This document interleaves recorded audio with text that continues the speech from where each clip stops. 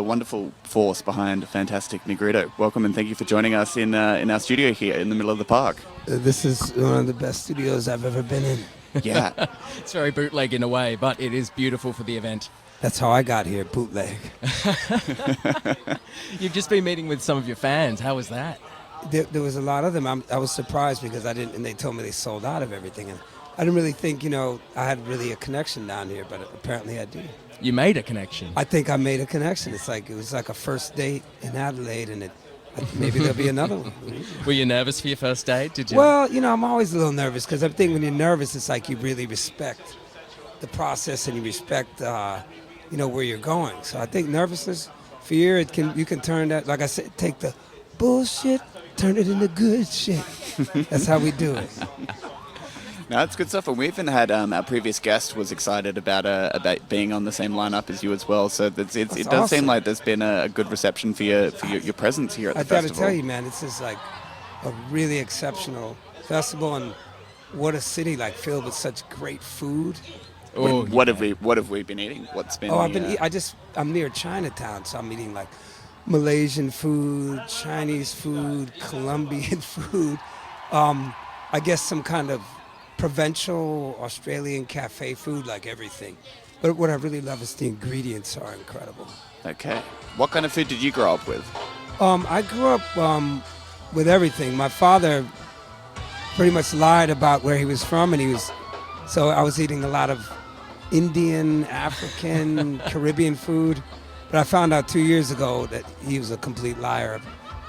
How did you find this out? The white Jesus, black problems, basically. Okay. I dug into my ancestry. I was having a hell of a week in Oakland, and on Ancestry.com I discovered that my surname was completely made up. My dad was from the Caribbean, not from East Africa, and most importantly, for my album, I found out that my 7th generation grandparents were an illegal, forbidden couple on a tobacco plantation in Southern Virginia. A white Scottish indentured servant woman and a black enslaved man. It's probably the most punk rock shit I've ever heard.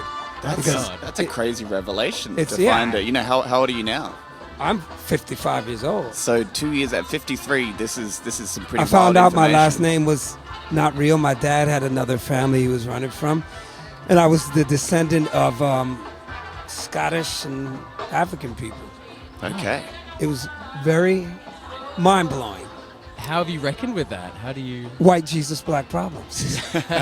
I made a film called White Jesus, Black Problem, and album, and an acoustic album, and I thought, really was an eye-opener for me in the fact of that, people have been courageous and rebellious and believing in love and possibility and positivity for a long time. And a lot of the problems that we think we have, we think that they're new. We think we're so special. And no, people have been quite courageous for centuries. And I'm really proud to be a descendant of these people.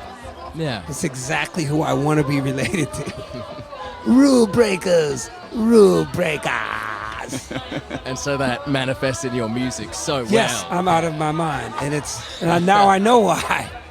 Because I'm the descendant of these two people who are just, like I said, it's the most punk rock shit I've ever heard because of the year, and because the woman is white. It didn't happen like that. That's wow. So it was these people. The story is positive. It's inspiring. It's optimistic. It's I feel like we can do something, Yeah. We're not, no one is really pointing the finger. They weren't asking for permission. They were this is happening. And I love that attitude. That's how I got here. It's one of those really interesting things where you can go down, that rabbit hole of the fact that all of the different, factors and events or a day, a party, whatever it is, has led us to exist as human beings in general. That if, 400 years ago, someone didn't go out one day and meet someone that, absolutely, none of this would be maybe existing for us, or maybe it would in a different way. It's kind of one of those wonderful mysteries of the world type explorations to think about, which it sounds like you've had the opportunity to really ruminate on. Yeah, now I'm their 7th generation grandson in Australia. In Adelaide, you know. Well, the Australian tradition is rebels and rat bags. That's what has Well, made that's us. me. Yeah. That's me. And the thing is, like, we have to take all that, take all the bullshit, turn it into good shit. We have to take all these obstacles, it's fuel. And, like, if we want to go to a better place, we can. If we want to be stagnant on fear, stagnant on blame, stagnant on just not getting stuff done, it sucks. I'm for getting stuff done and building, not destroying. And forgiving each other. That's big to me, especially as a, person that's coming from California and have roots in the South. We have to all forgive each other and move forward. With these complex histories, it can be hard. Yeah, they're very sometimes. complex, and but it's about forgiveness and building. I love those 2 words: forgiveness, building. Yeah, it's a very cool thing. How do you, personally kind of keep away from the stagnant nature? How do you motivate yourself? How do you kind of keep moving when you've got, there's probably the same issues that a lot of us have with motivation or, what it is that we want to do with our existence? How do you keep moving forward when you're feeling a little bit stagnant? Well, I live on a farm. Okay. And that's big for me. It's like I grow a lot of my own food, and I love nature. And if I feel stagnant, I just go put my hands in the soil, and I look at the harmony and the disharmony of nature, and it's just huge lesson. Great teacher, and just try to be fearless. Try to be fearless. Yeah, it can be a scary world out there sometimes. Absolutely. But grounding yourself and, living in the moment. And choices. You said choices. Pick good people to be around. All right. Key. And that is a beautiful sentiment, but we are very low on time here and broadcasting across Australia from 3D Radio at WOMAD. Absolute pleasure to talk to you.